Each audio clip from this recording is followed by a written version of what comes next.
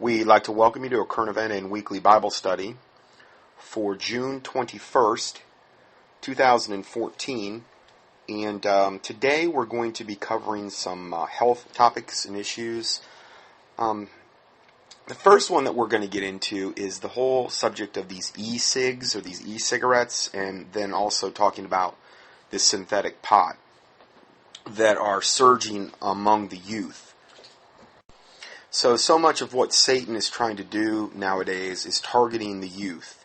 And as we've stated many times, the younger Satan can get his hooks into someone, the better for him. The earlier you can get a child defiled, whether it's through vaccines that are cultured off literal aborted babies or diseased green Reese's monkey kidneys, or with all of the garbage they're putting in, and Lord even knows what's what's in them. All types of foreign DNA, the chemtrails, the additives in the foods. These are physical ways, and then this is another physical way. These e-cigs and things like synthetic pot, where they're marketing them like, bubblegum flavor and stuff like this that we're going to talk about. So, this report reads, the gradual demise of traditional cigarettes has sparked some new health concerns related to the rising popularity of electronic cigarettes, as well as the new designer drugs like synthetic cannabis, which is cannabis being marijuana or pot. Designer drugs are synthetic analogs of illegal or prohibited drugs devised to circumvent drug laws. This came up not too long ago with the whole bath salts issue, where you had all of these different, flavors and stuff, or whatever they were marketing them as, like bath salts, I guess, and they would tweak the formulation ever so slightly so that it was legal to sell. They're doing the same thing in this, particularly with the synthetic pot, which we'll talk about a little bit later. The dangers of e-cigs may not be as obvious as those of traditional cigarettes. But according to CDC, accidental poisonings are soaring, most notably among small children. More than half the poisonings have been occurring in children aged 5 and younger. E-cigs may be even more toxic than traditional cigarettes. In fact, under certain circumstances, they can be downright deadly. The e-cig liquid is absorbed into your system much more quickly than tobacco smoke, even after it's been diluted. For children to be poisoned by a traditional cigarette, they must eat one, which is probably not going to happen because it's not exactly a tasty treat the whole family can enjoy. But for e-cigs, all it takes is just touching the liquid. As the chemicals are readily absorbed through the skin and even their eyes, the toxic effects of synthetic cannabis are also proving deadly. One of the reasons e-cigarettes and synthetic cannabis are causing so many poisonings is that they are unnatural, synthesized in a lab, and loaded with heavy metals, solvents, and a hodgepodge of toxic chemicals. Again, as I keep saying over and over, all of this is by design to kill, defile, destroy, just what Satan's agenda is with all of these types of things. So, this is no accident. This is happening. There's no end to the potentially deadly combinations of laboratory fabricated chemicals in the synthetic marijuana as well. Various versions are being imported mostly from Asia under the guise of potpourri, herbal incense, and even plant food. I mean, it's such a satanic scam. There are so many versions that the USDA Department of Agriculture can't even keep up with them. Every time one chemical is banned, the, quote, cooks just substitute another, none of which has been safety tested, of course. Many are causing severe, disabling, and even fatal reactions. Teens are freely unrestricted in purchasing these designer drugs from the convenience stores and gas stations. Again, this is exactly what Satan wants. Access to deadly things for children at the earliest possible age. Designer drug makers care nothing about safety. They're simply capitalizing on your teen's curiosity about getting high, compounded by his natural feelings of invincibility. And why should these drug pushers even care? Because they have no liability. Instead of lighting up, e-cigarettes work by a mechanism that heats up a liquid typically containing nicotine, flavoring agents, and solvents, which turns into a vapor you inhale and then exhale. This is called vaping.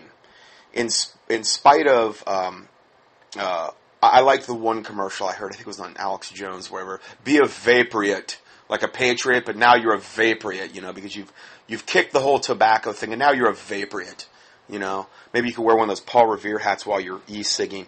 Anyway, in spite of the industry's claim that the e-cigarette vapors are harmless, testing has revealed toxic metal nanoparticles in aerosols. And nanoparticles are a big thing, common thing you're seeing now with a lot of different products.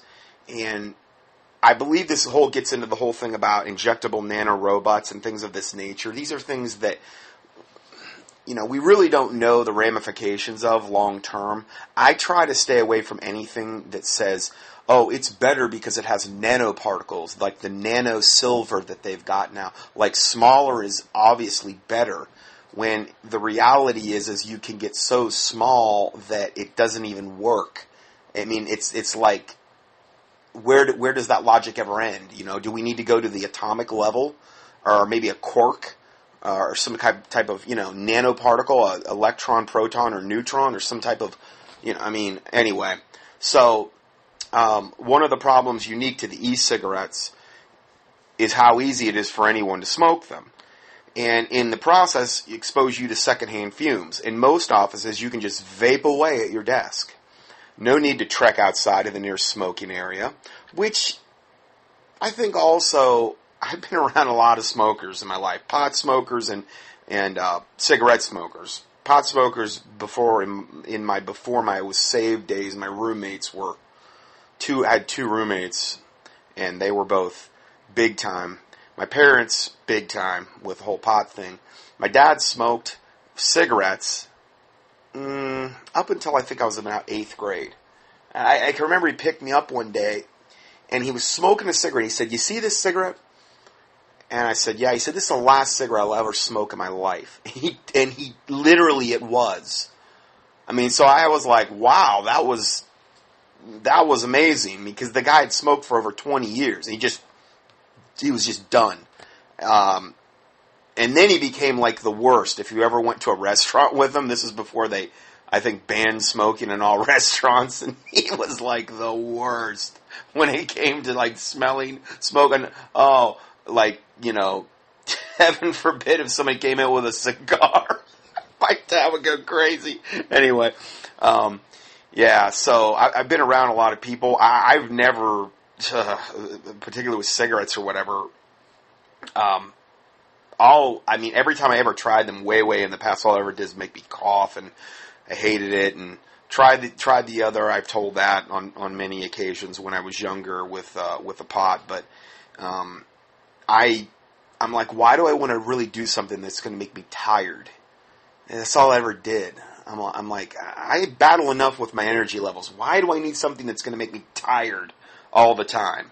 And then there's the obvious huge demonic component. Now, I've done a whole teaching on this with marijuana and how occultists view marijuana, and they'll use it in ceremonies and even tobacco. And there are spirits associated with marijuana and tobacco, and they're very powerful. They're not garden variety, So you might want to avail yourself to that, pot or marijuana, key it into the keyword search box. This is a whole other subject. So with smokers, what I've noticed is if they're, at least this is the way it used to be, it probably still is to a certain extent. If you're working in an office environment together, and there's 10 people there, and there's 3 people that are smokers, they will typically tend to flock together, because they have that smoking addiction devil in common. And I'm sorry, but that's what it is. And they will, they like to go out there together, and they'll go outside. It doesn't matter, like when I was in Southwest Florida, and as a doctor seeing patients, and they would go out there. It didn't matter if it was 100 degrees out and 90% humidity. It didn't matter. They'd go out there, and they'd be out there puffing away, and I just never liked it. I'm not judging. I just never liked it. And then the smell it left behind, and then the ashes, and it was dirty, and it was what it did to your teeth, all that fun stuff. I think, though, with these e-cigs, there's not going to be that stigma near as much with these because it's just water vapor, right? We're going to see that's not actually the case. You're not going to really stain your teeth. I don't think it's going to give you bad smoker's breath and bad smoker's teeth. It's not going to do any of that stuff. The smell issue is kind of gone. The smoke issue is gone. So I think that this is, from a satanic standpoint, this is a clever, subtle satanic ploy to get a whole other cross-section of people that would have never ever smoked tobacco products, and then the way that they're marketing them to the young people. And that has, in recent years,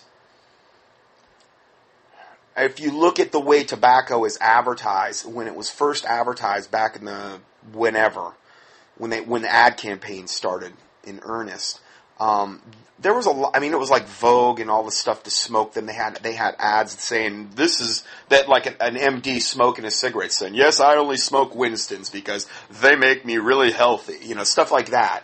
And then they had to stop doing that. And then eventually, and then there's people getting cancer, suing, and all of the stuff coming out. They had to kind of stop that stuff.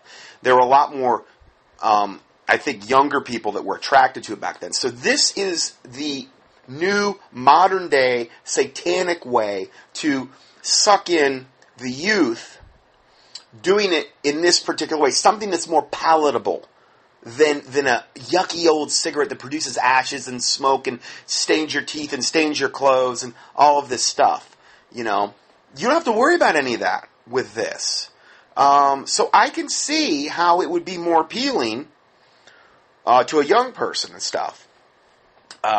Anyway, so some people are vaping at work all day long. If the fumes were truly only water vapor, as the manufacturers would have you believe, then this wouldn't be an issue, but they aren't just water vapor. I mean, if they're water vapor, how are you getting the whatever nicotine effect and whatever else it's doing to you?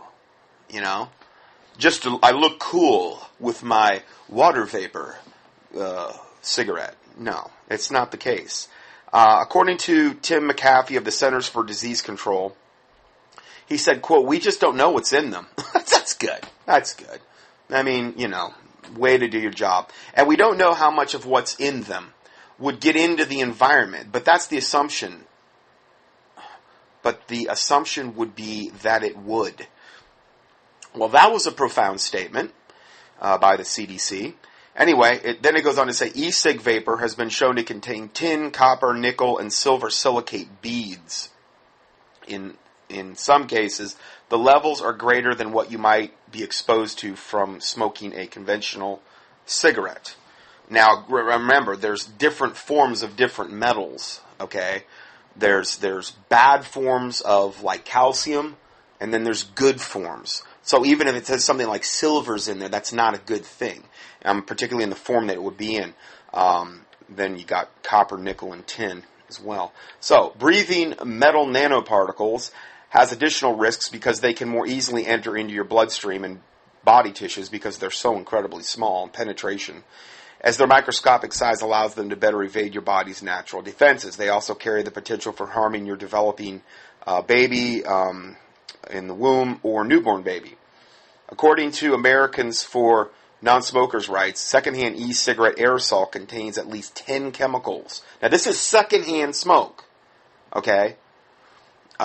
Contains at least 10 chemicals identified on California's Proposition 65 list of carcinogens, cancer-causing. 10 of them are cancer-causing, and this is just the secondhand e-cig smoke. And also, these are reproductive toxins listed in the table below, and you can see it on the PDF for June 21st, 2014 at contendingfortruth.com.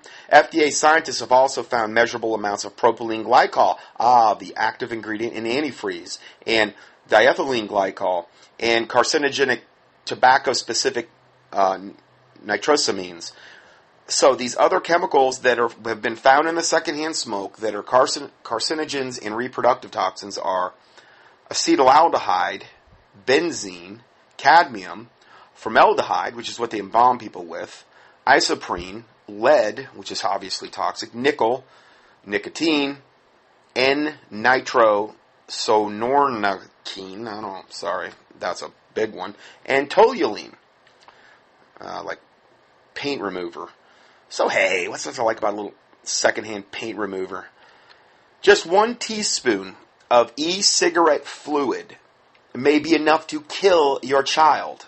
Just 1 teaspoon. The toxicity of e-vapors pale in comparison to the toxicity of the cartridge liquid. In other words, the vapors are obviously just in a vapor form. They're diluted. But then let's think about the cartridge whereby which the vapor is being derived from. So I guess they have these cartridges in there. And this is a liquid cartridge.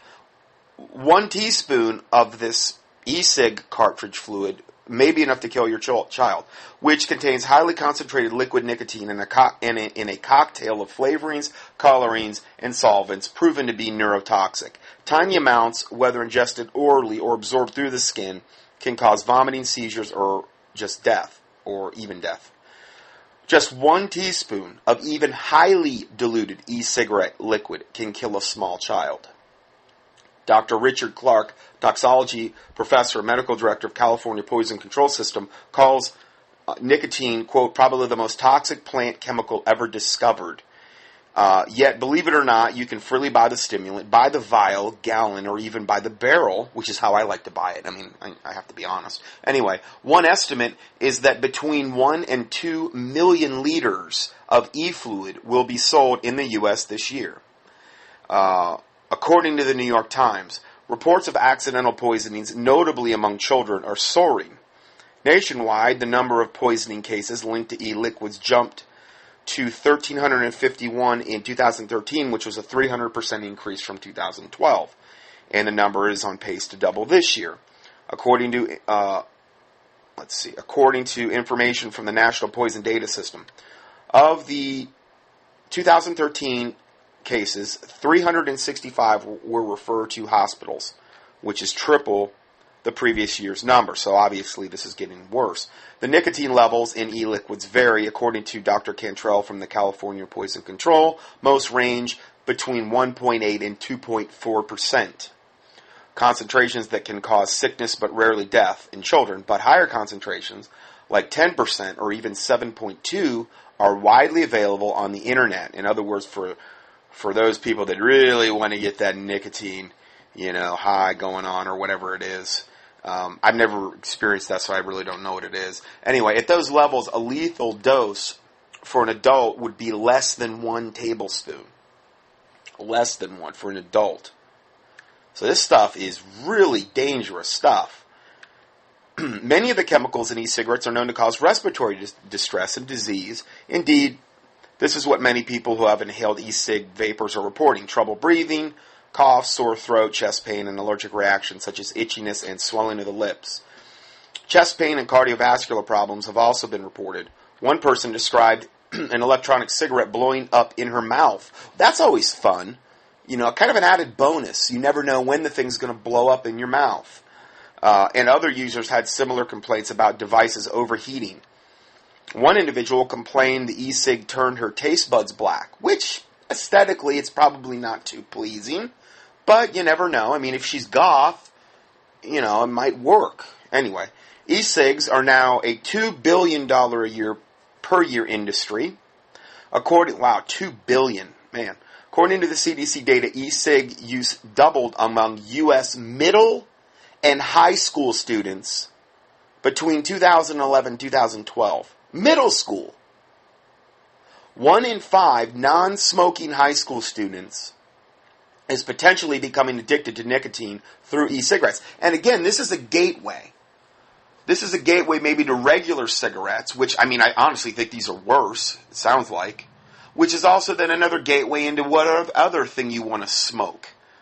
Like, marijuana or this synthetic marijuana or whatever. So, let's go further here. So 1 in 5 non-smoking high school students is potentially becoming addicted to nicotine through e-cigarettes. See, this is a satanic gateway product here to get you hooked on this garbage and onto drugs in general. because that's what we're dealing with, really. Unlike nicotine gums and patches, e-cigs and their ingredients are not regulated. There are no warning labels or age restrictions. I can't, that's almost incomprehensible. I didn't even know that. There are no warnings or label or age restrictions? The Food and Drug Administration has been slow to impose regulations, but on April 24th, 2014, they finally announced a move in this direction. See, they're going to drag their feet on anything like this because they want to make sure as many kids as possible are addicted and on their way, on their way to the grave. Because ultimately, obviously you do the statistics on smoking and people that start at a young age, if they continue to do that, you're cutting a lot of time off your life. If finalized, these FDA restrictions, which it's unbelievable, they'll go after somebody selling raw milk or some little infinitesimal thing going wrong with whatever in the natural health field. But when it comes to this kind of stuff, sky's the limit. You can do whatever you want. If finalized, the rule would impose the following restrictions: banning the sale of e-cigs to minors, which to me I cannot believe they haven't already done this, prohibiting distribution of free samples, banning e-cigs in vending machines, except in places that never admit, vending machines? Really? Requiring e-cigs to carry warning labels about nicotine, requiring e-cig manufacturers to disclose ingredients in their products. Fortunately, with the FDA dragging its feet, escalating adverse reactions have led many local boards, universities, businesses, and state governments to begin taking steps to protect the public from the dangers of e-cigarettes. So it says here some countries have banned e-cigs entirely, including Australia, Canada, Israel, and Mexico.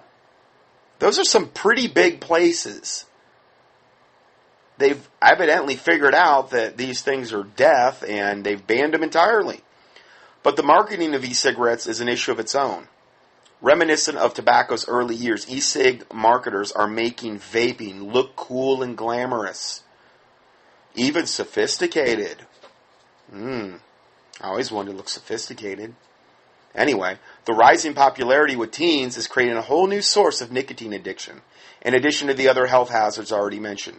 Yet manufacturers deny that they are marketing to children. Oh, I love that, yeah. What, us? We're not doing that. We're not. Are we seriously supposed to believe that the e-cig manufacturers are not targeting children with flavors like bubblegum, cherry blast, and gummy bear?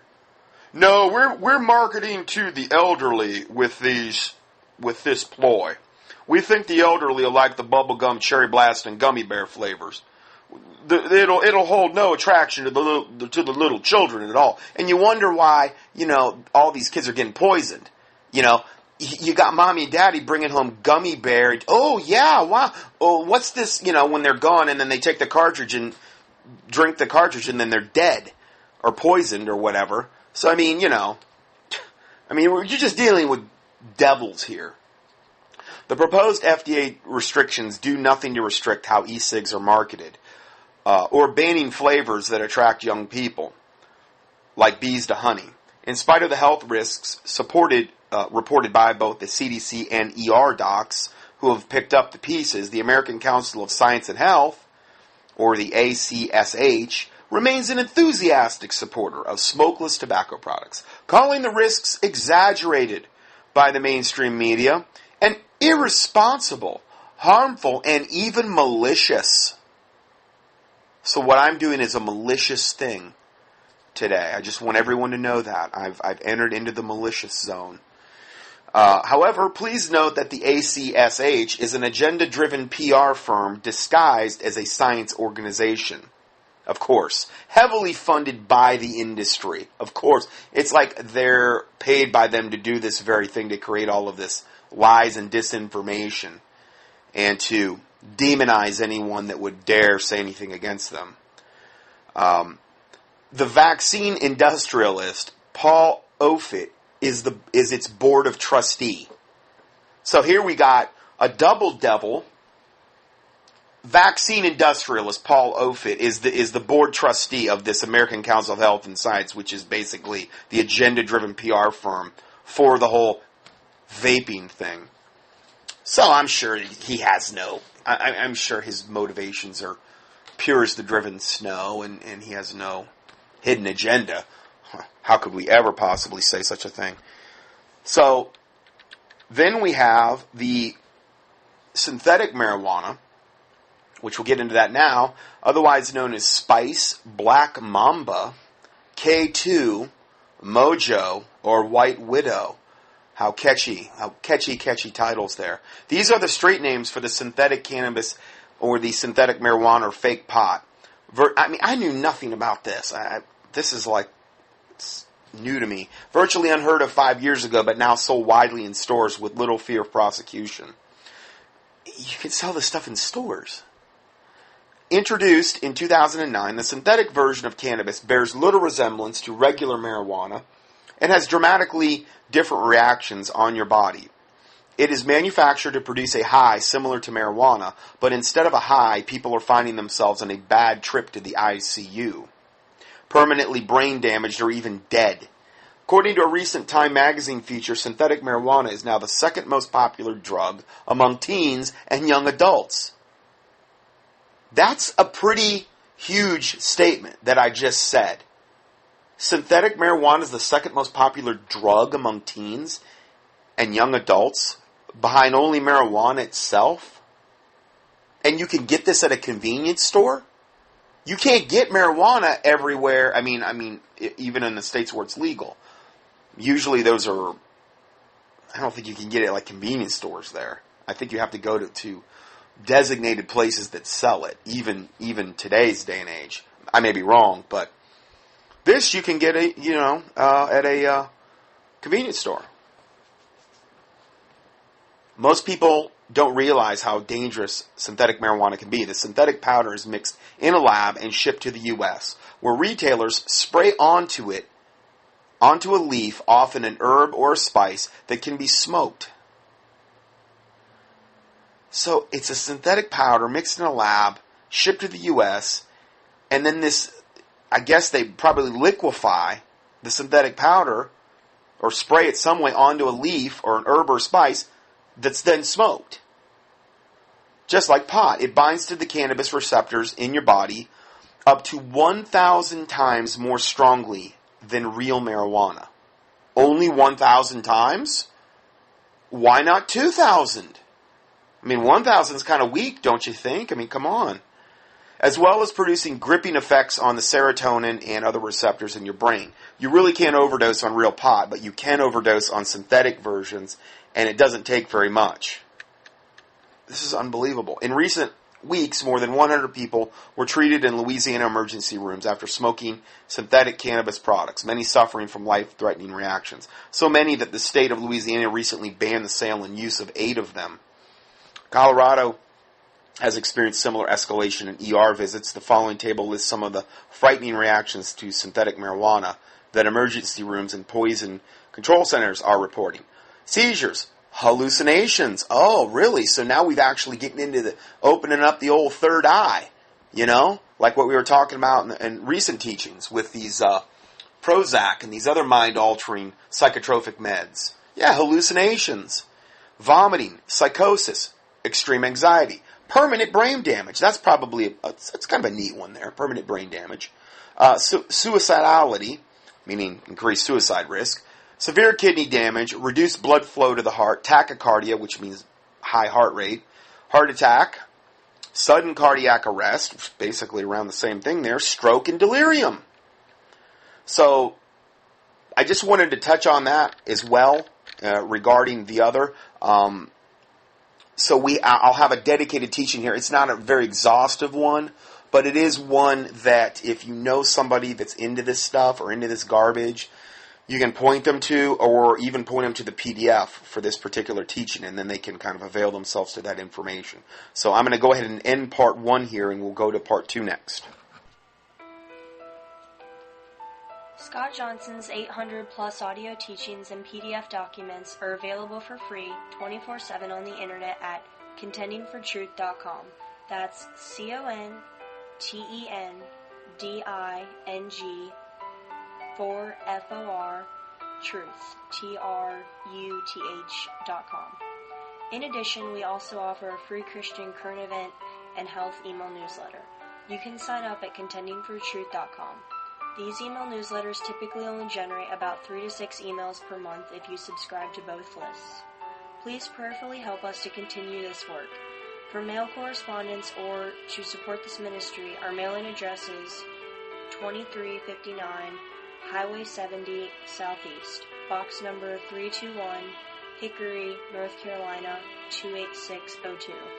Or on the internet, a PayPal donation link can be found at contendingfortruth.com. Thank you, and may the Lord Jesus Christ richly bless you.